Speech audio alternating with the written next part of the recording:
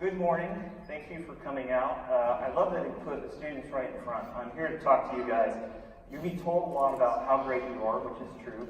You're going to get a lot of congratulations on doing well at this point, and that's wonderful. So let's just put a pin in that. There are three things I'm going to talk to you about this morning. So I'm going to talk to you about cars. I'm going to talk to you about racetracks a little bit. I'm going to talk about responsibility. So that doesn't sound very exciting, but I've got your full attention. You can't really get away. So bear with me for a little bit. So you guys are all pretty smart. You got to be around the top 5% of test takers at state level in the state of Kansas to get invited to take an ACT, an SAT, a PSAT, whatever it is at this stage. And you've done well on that. So again, let's put a pin in that. You've done well so far. The reason I want to talk about cars, I'm a car guy. I've always liked cars. And I'm going to tell you a little bit more about this later, but you should start thinking even now, what are the things that you're excited about? What are the things that you like? It might be space. It might be cars. It might still be being a firefighter. My son's 4 years old, so he's confident that he's either going to be a firefighter or a mechanical engineer. We'll see how that pans out. But I've always loved cars. I've had the privilege. I've always collected cars, worked on cars. I bought my first car when I was 14. It was a 1988 Toyota pickup truck. It wasn't much to look at, but it ran. I bought a fast car when I was 17, a 1993 Formula, which is essentially a souped-up Aqualine race car from GM. And this was fantastic. It's really dangerous and a terrible thing for parents to allow their students to do. But what it got me thinking about today was that you all have a lot of horsepower. You all at least have a big engine under the hood. I've had cars that I've driven that are over $1 million to buy out of a showroom. I've had cars that are antiques. I've had cars that are big, small, all different varieties. And today, I drive a 2007 Subaru 4-door wagon, 4-wheel drive. And that's not as bad as it sounds. So when my son was about to be born, my wife told me, she mandated that I buy something more practical. I had a garage full of really fun toys. When I built my house, she said, you can have as many cars to work on or play with as you want, as long as they fit in the garage. So of course, I did what any normal person would do. I built a 4-car, double-deep garage. So I could get up to 9 cars in there if you really tried. So I had an 8-foot-tall Jeep with 400 horsepower. I had a race car. I had all kinds of crazy fun stuff. Last year, some of my students at KU built a car that did 0 to 60 in 1.7 seconds. One of the fastest cars in the world, built by hand by students. So she told me, you're going to buy something that's practical that I can put car seats in. And so she said, I said, give me the parameters, just be clear. And she said, it needs to be 4-wheel drive. Okay, it needs to be a wagon. 4 doors. I thought, okay, that's not as horrible as you think it is. So I went out and I very carefully researched and then bought the world's fastest 4-wheel drive wagon. So it's not terrible. And the reason this is important is that you don't know yet whether you're a Maserati or Ferrari or Lamborghini or just a Jeep with a great big engine in it. You're going to have a lot of fun doing whatever it is when you figure out what that is.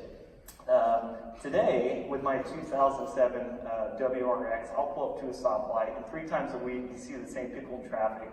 Someone in their Fiesta ST will pull up and gun their engine. My 4-year-old will encourage me to dust them, and so he will. And so the second part of my talk is going to be about racetracks, because I live about 5 miles south of here. I can't see a single house from my house. I have a monumental view, and it's on a gravel road. And in Japanese, the name of my car is actually gravel.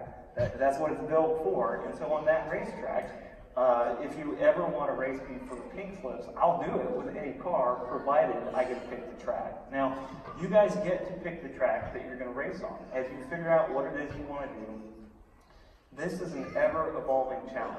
So how many of you think you know what you want to do when you grow up? Students. Okay. Parents, how many of you think you know what you want to do when you grow up? There are far more students' hands in the air than parents' hands, and this should be concerning to you, or at least enlightening. So there is no way to know what you're going to be doing 10, 20, 30 years from now until you get into it. And so I was exactly like you guys, pretty type A, smart, tightly wound, had to have it all figured out. And so first I thought, well, I want to be an architect, a lawyer, or an astronaut. And I sort of bounced back and forth between those things over the years. I went to space camp and realized I'm slightly too tall where I was at that point in time. So it was really disheartening. My vision's not good enough. Today you could crack it, then you couldn't. So astronaut was out. I had an uncle who was an architect, so you shadow them and do the best you can. And what I started realizing pretty early on is everybody likes to live vicariously. So we're all going to tell you to do what we think is best or what we've done.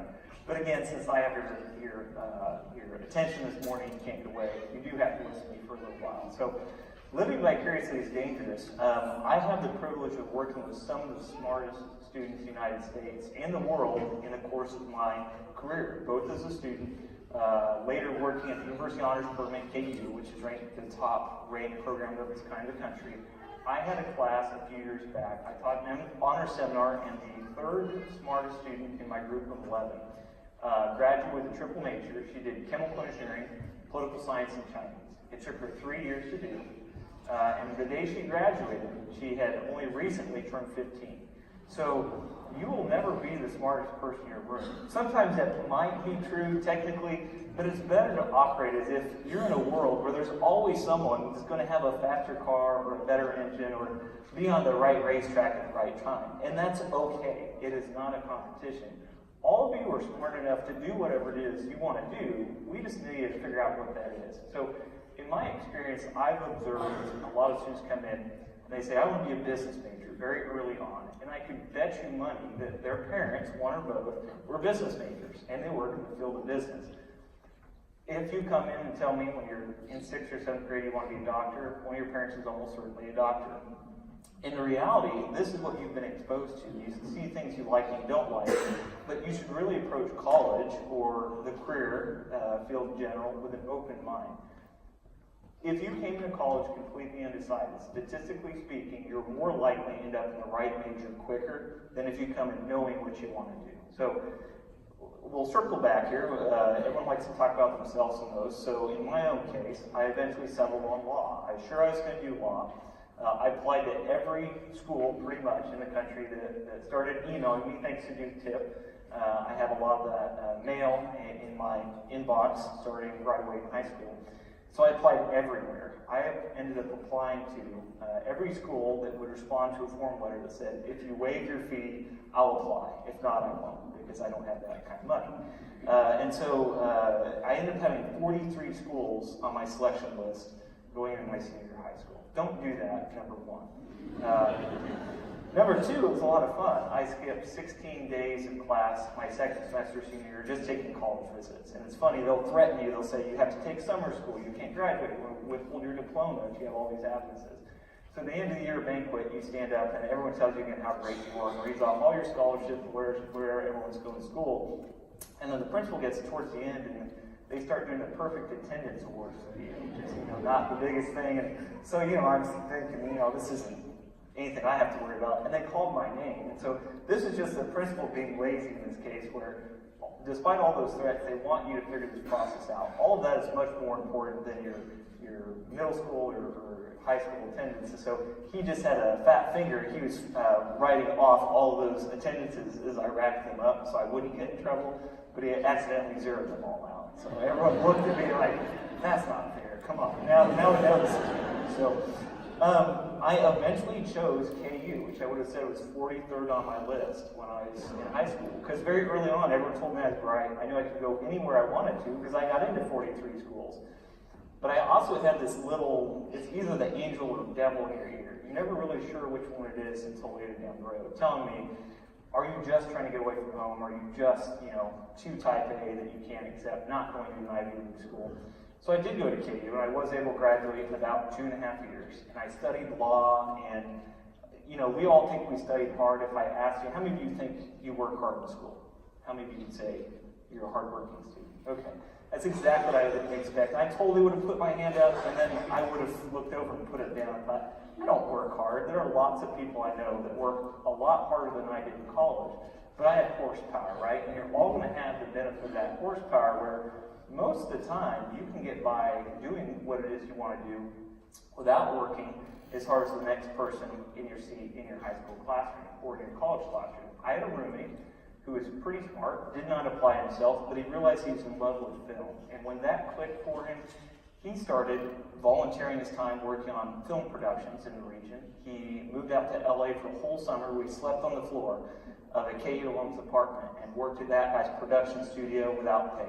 and he was in love with it, and it really clicked, and he became a pretty good student. My other roommate had a ACT score that would not have gotten him in this room today, even when he was in high school. He wasn't even admissible to University of Kansas. He had to go through all these back doors to eventually get in.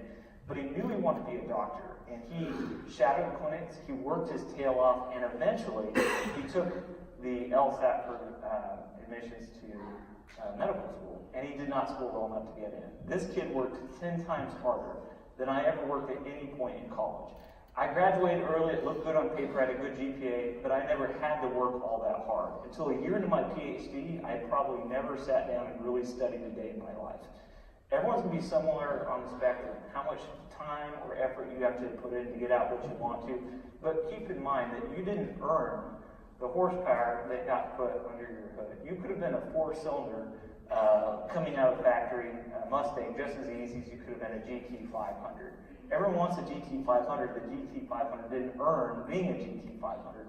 I didn't realize this, which is a big black mark on me, until I got to graduate school. So after all of that, I'd done well. I went to Washington, D.C. I had fun. I applied to law school and got in, and realized I don't know what kind of a lawyer I want to be. You know, I just always sort of did that because there's money in it. I knew I was good at debating, and so it made sense. And then I started meeting lawyers who hated their jobs or doing things I felt morally were suspect, or I wouldn't be comfortable doing myself. And so I didn't know what to do. I hadn't broadened my horizons. I hadn't looked around and really evaluated. I just, as I say a lot today, the markets hate uncertainty. You want to know today what you're going to do for the rest of your life. But there is no way of knowing that. And by picking something today and sticking to it, that is an arbitrary decision. And more likely than not, it will change. So again, be open-minded. So to bide my time, instead of being a normal student and taking my 4th year of college and having fun and studying abroad, I applied to graduate school. And that's what a lot of people do. Graduate school is an expensive way to try to figure out what you want to do. So I did all the same mistakes all over again. I applied to all the top-ranked programs, the big state schools. So I ended up going to Cambridge because, number one, it is as far away as you can get. It's about 4,500 miles from here. It was the top-ranked program in my field, the world, so that sounds good. Everyone knows the name, right? It's like the anti-KU. Now, it was a huge disappointment, as I learned later. I got there, my class was about 16 students in my freshman group, your first-year group of PhDs, and I was the youngest person by about a decade, but everybody thought they were very, very, very smart. And empirically they were, right? They all had a horsepower, they got to this point one or the other, but they're also very conceited, which as a Midwesterner was something that was new to me. My work group at KU, you'll do everything as a group in college these days, especially in something like engineering. You're going to find the 3 to 6 people that are just like you.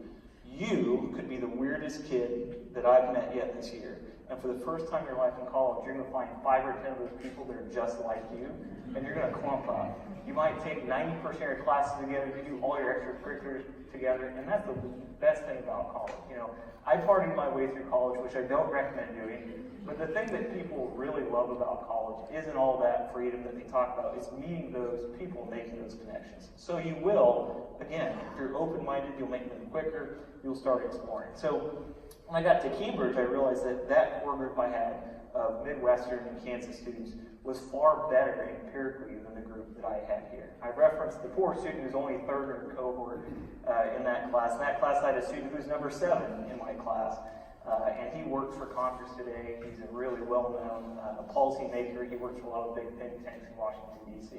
And again, he was 7 out of 11. And that is a good thing. You should look for the opportunity to surround yourself with bright people, to make sure that you're open-minded. You're all headed to high school, and this is actually the perfect time. You're starting with a clean slate. Take the hardest classes available to you in high school. That might sound absolutely terrible to you right now, but trust me, life is only going to get more difficult. At some point you will have to study. At some point you will look down and say, oh, well, this is amazing. I never actually thought that I wouldn't be able to solve the problem, right? You want to get to that point as quickly as possible and start having that push you in different directions. I was sitting in a classroom, in a political science classroom, early on, and we were doing FPSS. It's this software where they collect data on all kinds of voter platforms.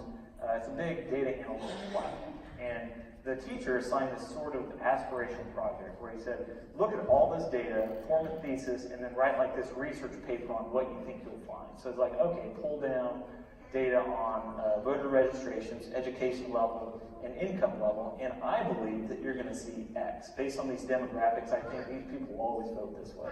And that's what it said, and I turned the paper, and he was shocked. He said, how did you come up with this? Did you cheat? Did you download this? I said, no, I mean, this all is very intuitive. Those are the kind of things that should stand out to you. Anyone who knows me will tell you, except for my 4-year-old son. So while he's very smart, he reads at second grade level, he's still 4 years old, so don't listen to anything he has to say. Everyone will tell you I'm not a warm and fuzzy person, and this will sound really warm and fuzzy, but I really encourage you for the next 4 to 8 years, focus just on the things that you enjoy, that you're good at, that you really have a passion about. You cannot make yourself a lawyer if you don't love being a lawyer. My best friend at graduate school, very smart guy, first person to ever be editor law review twice at Penn, Ivy League Law School, did a wonderful job. He came out making $210,000 a year as an IP attorney, and he quit within 18 months. He hated it. There is no amount of money in the world. There's no amount of extrinsic force, people telling you how wonderful you are, to make you do something you don't like for any amount of time. So be open-minded. If you like space, study aerospace engineering. If you like cars, study mechanical engineering. Start being honest with yourself, though, and don't lock down too early on anything. You will get there, I promise. You have the bandwidth, you have the horsepower. If you prepare yourself in high school by taking everything, you will be prepared when you go to college, and you have those options open to you. So the third thing I said I talked about was responsibility. Maybe the most important conversation I had in my academic career was my first year at Cambridge. So my good friend, Charles Collins Chase, who's been very successful along with me, ended up being my best friend from there, and I think it was because he's from Minnesota. He's the only Midwesterner, the only person that seemed like a Midwesterner, and I think he really saw things the same way I did. But one day I was pretty proud of myself. I'm sure we're sitting around having a beer, and I said, Chuck, you know, this here in England is actually the American dream. So I grew up in a low-income household. My dad was a mailman for 34 years. He got his college degree when he was 40, after many years of taking one class at a time. My mother never went to college. I went to a state school. I could have gone to a lot of places. I went to Keene and had an incredible experience. But in my mind, I looked around and I saw all these people that did go to Ivy League schools, came from rich families, had all kinds of privilege, and yet in my mind, we've all ended up in the same place at the same point in time. Where again, I was, well, I'm younger, so I'm ahead. And he shut me down pretty quick. And what he said was this: you didn't earn the right to be smart. Nothing you've done in your life to this point accounts for the test scores that you have. It's not like you just went and lived in the library until you turned 12 years old and took a test, right? So it is important to keep in mind that you have this responsibility. You were born with a set of genes, a set of skills that the vast majority of people simply will not have. When he put it that way, I felt actually pretty bad, because I'd never worked that hard compared to my roommates. I'd always been able to get a better GPA. But the question arises, what happens if you don't make use of that talent, of that skill set? It is really incumbent on you to apply it. Not everybody can cure cancer. I actually had a student at KU who had a patent for the first vaccine for cancer treatment. That's a pretty big deal.